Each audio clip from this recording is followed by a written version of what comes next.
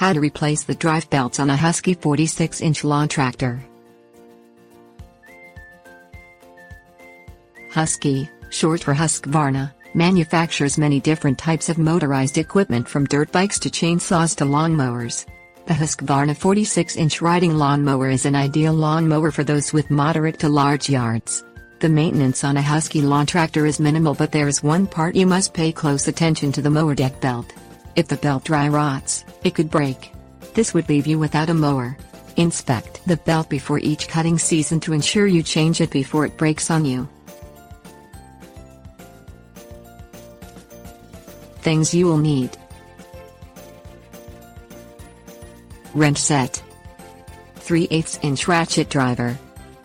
Drive the Huskee onto level ground, lower the mower deck to its lowest position and disengage the PTO drive lever to stop the mower deck. Set the parking brake and turn the lawn tractor off.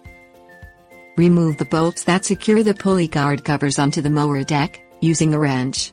Place the covers off to the side. Locate the idler pulley on the mower deck.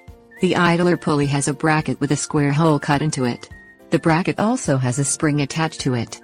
Place a 3/8-inch ratchet into the square hole on the bracket and rotate the idler pulley away from the belt. Pull the belt off the pulley system on the mower deck and then let go of the ratchet driver. Pull the belt off the pulley located under the engine of the Huskee and then place the new belt onto the pulley. Rotate the replacement belt around each pulley on the mower deck except for the idler pulley. Move the idler pulley again with the ratchet driver and then slide the belt over the idler pulley. Remove the 3/8-inch ratchet from the idler pulley.